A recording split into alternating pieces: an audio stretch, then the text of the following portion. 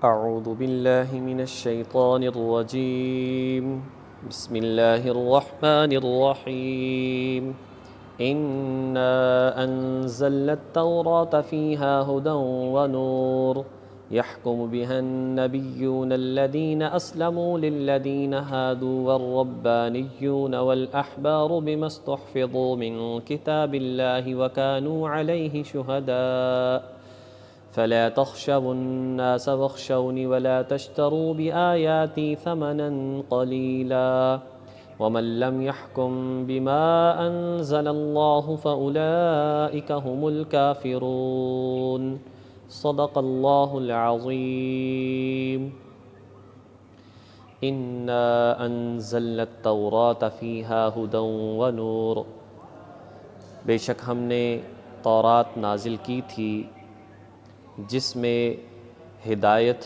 اور روشنی تھی، ہدایت اور نور تھا۔ یحکم بها النبیون الذین اسلموا، فیصلہ فرماتے تھے اسی کے مطابق وہ انبیاء الذین اسلموا جو فرما بردار تھے، للذین ہادوا یہودیوں کے لیے، والربانیون والاحبار اور تمام اللہ والے، اولیاء اللہ کے ساتھ ہم اس کا ترجمہ کر سکتے ہیں، تمام اللہ والے، والاحبار اور تمام یہودیوں کے علماء، وہ بھی اسی کے مطابق فیصلہ فرماتے تھے۔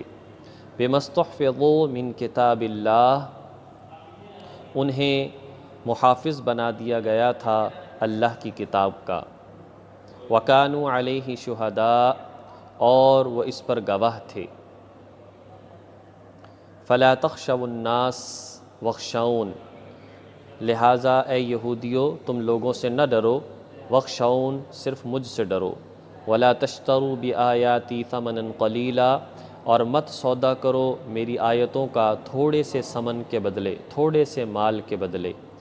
ومن لم يحكم بما انزل اللہ، اور جو شخص فیصلہ نہ کرے اس کے مطابق جو اللہ نے نازل فرمایا ہے، فَأُولَئِكَ هُمُ الْكَافِرُونَ، تو یہی لوگ ہیں جو کافر ہیں۔ اس آیت کریمہ میں اللہ تبارک و تعالیٰ نے تورات کے حوالے سے یہ بات ارشاد فرمائی کہ تورات اللہ تبارک و تعالیٰ کی طرف سے ایک ہدایت والی کتاب اور حق اور باطل کو واضح کرنے والی کتاب اللہ پاک نے نازل فرمائی اور موسیٰ علیہ السلام کو دی۔ تمام کتب میں سب سے اونچا مرتبہ اور مقام قرآن کریم کا ہے، اور اس کے بعد بڑی کتاب اور اونچے درجے کی کتاب جو کہلاتی ہے وہ تورات کہلاتی ہے۔ اللہ تبارک و تعالیٰ نے موسیٰ علیہ السلام پر تورات کو نازل فرمایا، بنی اسرائیل کے آپ نبی تھے، اور پھر بہت سارے حضرات انبیاء علیہم السلام تشریف لائے جو کہ تورات ہی کے مطابق لوگوں کے فیصلہ فرمایا کرتے تھے، لوگوں کو عبادات کا حکم دیا کرتے تھے، تورات کے مطابق زندگی گزارنے کے حوالے سے حکم دیا کرتے تھے۔ اور ظاہر ہے کہ تورات ہی ایک برحق اور سچی کتاب تھی، اسی کے مطابق زندگی گزارنا لازم تھا۔ تو چونکہ جب موسیٰ علیہ السلام پر یہ کتاب نازل ہوئی تو اس وقت وہی برحق کتاب تھی، جیسے آج قرآن کریم ہے ایسے اس وقت میں تورات تھی۔ تو ارشاد فرمایا کہ ہم نے تورات کو نازل فرمایا ہے، اس میں ہدایت ہے، ظاہر ہے کہ جو اس کے تعلیمات کو پڑھے گا، اور اللہ تبارک و تعالیٰ نے کوئی بھی کتاب ہو اس کے اندر شرک کے حوالے سے، کفر کے حوالے سے اور توحید کے خلاف، رسالت کے خلاف تو کوئی ایسی باتیں نازل نہیں فرمائیں، تو اس میں ہدایت ہے اور نور بھی ہے، روشنی بھی ہے جو حق اور باطل کو واضح کرنے والی ہے۔ یہ حلال ہے، یہ حرام ہے، یہ جائز ہے، یہ ناجائز ہے، اور ایسا کرنا چاہیے، ایسا نہیں کرنا چاہیے، ہر بات اللہ تبارک و تعالیٰ نے واضح انداز میں بیان فرما دی۔ یحکم بها النبیون الذین اسلموا، فرمایا کہ جو اللہ کے انبیاء ہیں اور ایسے انبیاء جو فرما بردار ہیں، الذین اسلموا کے جو الفاظ ہیں ان کو میں نے جب پہلی مرتبہ پڑھا تو بڑے عجیب سے لگے کہ انبیاء تو ہوتے ہی فرما بردار ہیں، ایسا کہنے کی کیا ضرورت ہے کہ جو اللہ کے وہ نبی ہیں جو فرما بردار ہیں تو وہ لوگوں کے درمیان اس کے مطابق فیصلہ کرتے ہیں، تو ایسا کہنے کی کیا ضرورت تھی؟ تو مختلف تفاسیر دیکھنے کے بعد یہ بات معلوم ہوئی، چونکہ ہر دور میں ایسے لوگ رہے ہیں جو کہ نبوت کے دعوے دار ہوتے تھے اور ان کا دعویٰ جھوٹا ہوتا تھا، وہ نبی نہیں ہوا کرتے تھے۔ جیسے نبی پاک صلی اللہ علیہ وسلم کے مبارک زمانے ہی میں مسیلمہ نے نبوت کا دعویٰ کیا، اور اس نے نبی پاک صلی اللہ علیہ وسلم سے کہا آپ جو ہیں شہر کے علاقے ہیں اس کے نبی آپ بن جائیں، اور جو دیہات کے علاقے ہیں اس کا نبی میں بن جاتا ہوں، تو آپ اس طرح سے میرے ساتھ ایک معاہدہ کر لیں۔ تو طلحہ تھا، اس نے بھی نبوت کا دعویٰ کیا، نبی ہی کے زمانے میں کیا، لیکن یہ بعد میں مسلمان ہو گیا تھا۔ اسی طرح سجاح نامی ایک خاتون تھی، اس نے نبوت کا دعویٰ کیا۔ اسود عنسی نے نبوت کا دعویٰ کیا، اللہ کے نبی صلی اللہ علیہ وسلم کے کہنے پر ایک صحابی حضرت فیروز دہلوی رضی اللہ تعالی عنہ نے اس کو قتل کر دیا۔ تو بات یہ ہے، اس لیے فرمایا کہ لوگ تو ایسے دعوے دار بھی تھے جو اللہ کے واقعتاً بھیجے ہوئے اور فرمانبردار پیغمبر، وہ بھی اسی کتاب کے مطابق فیصلہ فرمایا کرتے تھے یہودیوں کے درمیان۔ اور فرمایا کہ والربانیون، ربانی رب کی جمع، ربانی رب والے، اللہ تعالیٰ والے، اولیاء اللہ، بزرگان دین، ہر دور کے اندر نیک لوگ بھی رہے انبیاء کے علاوہ، وہ لوگ بھی اسی کے مطابق، اور احبار یہودیوں کے جو علماء تھے وہ بھی اسی کے مطابق فیصلہ فرمایا کرتے تھے۔ اور ان سب کو، چاہے پہلے نبی ہوں، چاہے اولیاء اللہ ہوں، چاہے بزرگان دین ہوں، سب سے یہ بات کہہ دی تھی بِمَا اسْتُحْفِظُوا مِن کتاب اللہ وَكَانُوا عَلَيْهِ شُهَدَاء، تم اپنی کتاب کے خود محافظ ہو۔ اللہ پاک نے ان کے ذمے حفاظت کو ڈالا تھا، جبکہ قرآن کریم جو ہے اللہ پاک نے اس کی حفاظت کا ذمہ خود لیا۔ اِنَّا نَحْنُ نَزَّلْنَا الذِّكْرَ وَإِنَّا لَهُ لَحَافِظُونَ، ہم نے نازل کیا، ہم ہی اس کی حفاظت کرنے والے ہیں۔ اللہ پاک نے اس کے الفاظ کی حفاظت فرمائی، آج تک ہمیں الفاظ میں کوئی غلطی نہیں ملتی۔ اللہ پاک نے ترجمے کی حفاظت فرمائی، کوئی ترجمے کے اندر کمی زیادتی نہیں کر سکتا۔ اللہ پاک نے تفاسیر کی اس کی جو حفاظت فرمائی، کوئی اپنی مرضی سے ترجمہ کر کے اپنا مطلب نکالے گا تو غلط ہوگا۔ اللہ پاک نے زبر زیر پیش کی اس کی جو حفاظت فرمائی، کوئی جو ہے الحمدو کو الحمدہ نہیں پڑھ سکتا، غلط ہوگا۔ للہ کو للہو نہیں پڑھ سکتا، غلط ہوگا۔ مطلب کیا ہے؟ اللہ پاک نے حفاظت فرمائی۔ تو ترجمہ ہو، معانی ہو، الفاظ ہوں، تفسیر ہو، اعراب ہوں، اللہ پاک نے حفاظت کی ذمہ داری خود لی ہے۔ فَلَا تَخْشَوُا النَّاسَ وَاخْشَوْنِ، فرمایا کہ تم اے یہودیوں لوگوں سے ڈرتے ہوئے غلط فیصلے یا غلط مطلب اس کا بیان مت کرو، بس اللہ کی ذات سے ڈرو۔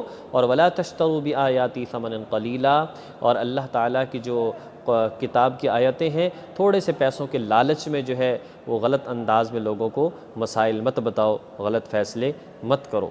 تورات جو ہے بڑی ایک ضخیم کتاب تھی، اور جیسا کہ میں نے عرض کیا قرآن کریم کے بعد اسی کا مرتبہ اور مقام ہے، اور یہ جو ہے گویا کہ قانونی کتاب تھی۔ تورات کا اگر معنی دیکھا جائے، تورات سریانی یا عبرانی زبان کا لفظ ہے، اس کا معنی ہے لا، یعنی قانون، قانون کی ایک کتاب تھی، بڑی باتیں اس کے اندر بیان فرمائی گئیں۔ اسی طرح انجیل جو ہے، انجیل کا لفظی معنی ہے بشارت، چونکہ اس میں نبی پاک صلی اللہ علیہ وسلم کی بشارت موجود تھی کہ نبی آخر الزمان اس کے بعد آنے والے ہیں، تو انجیل کا معنی ہے بشارت۔ زبور کا معنی ہے صحیفہ۔ قرآن کریم کا معنی ہے بہت زیادہ نہیں بلکہ سب سے زیادہ پڑھی جانے والی کتاب، قرآن قراءت سے ہے، بڑی بار بار پڑھی جانے والی کتاب جو ہے قرآن کریم۔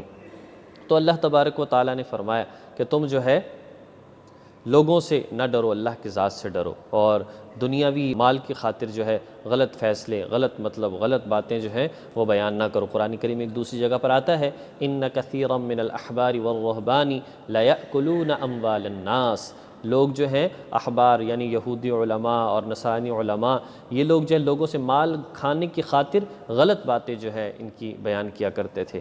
اور فرمایا شریعت کے معاملے میں عمل کرنے کے اعتبار سے لوگوں سے ہرگز مت ڈرو، یعنی مسلمانوں کو بھی گویا کہ اس کے حوالے سے دیکھا جائے درس اور سبق ہے، حضور کی شرعیت پر، قرآن پر عمل کرنے کے حوالے سے شرم اور عار محسوس نہیں کرنی چاہیے کہ لوگ کیا کہیں گے، ایسا نہیں ہے۔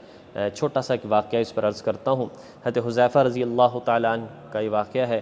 ایک دفعہ کہیں پر جو ہے کوئی دعوت تھی اور بہت سارے صحابہ کرام وہاں پر تشریف لے گئے، تو غیر مسلموں کی طرف سے یہ دعوت تھی، بڑے بادشاہ کی طرف سے دسترخوان لگایا گیا۔ تو حضرت حذیفہ بن یمان رضی اللہ تعالیٰ عنہ کھانا کھا رہے تھے، صحابہ بیٹھے تھے، تو ان کے ہاتھ سے لقمہ دسترخوان پر گر گیا۔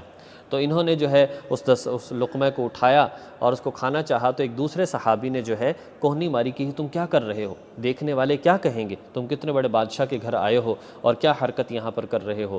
حضرت حذیفہ رضی اللہ تعالیٰ عنہ کا مشہور جملہ کتب کے اندر، احادیث کے اندر موجود، فرمایا سنت حبیبی محمد لقول ہؤلاء الحمقاء، کیسی بات کرتے ہو، کیا میں اپنے محبوب کی سنت کو ان احمقوں کی وجہ سے چھوڑ دوں، ان احمقوں کے کہنے کی وجہ سے چھوڑ دوں؟ یہ نہیں ہو سکتا۔ تو جو سنت ہے، ظاہر ہے کہ یہ سنت ہی تھی۔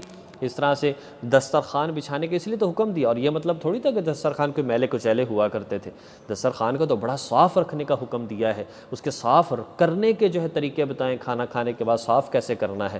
تو جس کو اتنا ہی نہیں پاکیزگی کی جگہ ہو، وہاں پر جو ہے لقمہ گرے گا تو ہوتا ہی اس وجہ سے تھا وہ کہ وہاں سے اٹھایا جائے اور پھر جو ہے وہ کھا لیا جائے۔ وَمَن لَّمْ يَحْكُم بِمَا أَنزَلَ اللَّهُ، اور جو اس کے مطابق اللہ پاک نے جو نازل فرمایا ہے، جو اس کے مطابق فیصلہ نہ کرے، یہی لوگ کافر ہیں۔ مطلب کیا ہے؟ اللہ نے جو نازل فرما دیا، اس کو جو کوئی نہیں مانتا، ایک ہے کہ عمل نہ کرنا، عمل ایک بندہ مانتا ہے کہ نماز پڑھنی چاہیے، 5 وقت نماز فرض ہے، لیکن پڑھتا نہیں، یہ کافر نہیں ہے لیکن گنہگار ہے۔ لیکن ایک بندہ کہے کہ میں نہیں مانتا 5 نمازیں فرض ہیں، یا اسی طرح سے کوئی بھی حکم ہے اللہ یا حدیث مبارک کو کہے کہ میں اس کو نہیں مانتا، تو اس سے وہ کافر ہو جاتا ہے۔ بہرحال ساری بات جو اس کا خلاصہ یہ نکلتا ہے کہ اللہ تبارک و تعالیٰ نے جو آسمانی 2 سلسلے جاری فرمائے ہیں، اللہ کی کتابوں اور اللہ کے انبیاء کا، یہی 2 طریقے ہیں جن کے ذریعے سے انسان راہ راست پر، سیدھے راستے پر آ سکتا ہے۔ اور ہم اپنی قسمت پر ہمیں ناز کرنا چاہیے کہ اللہ تبارک و تعالیٰ نے یہ 2 سلسلے ہمیں قرآن کریم کی شکل میں اور نبی پاک صلی اللہ علیہ وسلم کی مبارک زندگی کی شکل میں عطا فرمائے۔ قرآن بھی محفوظ ہے، صحابہ کی اور نبی پاک صلی اللہ علیہ وسلم کے ہر ادا، ہر سنت بھی محفوظ ہے۔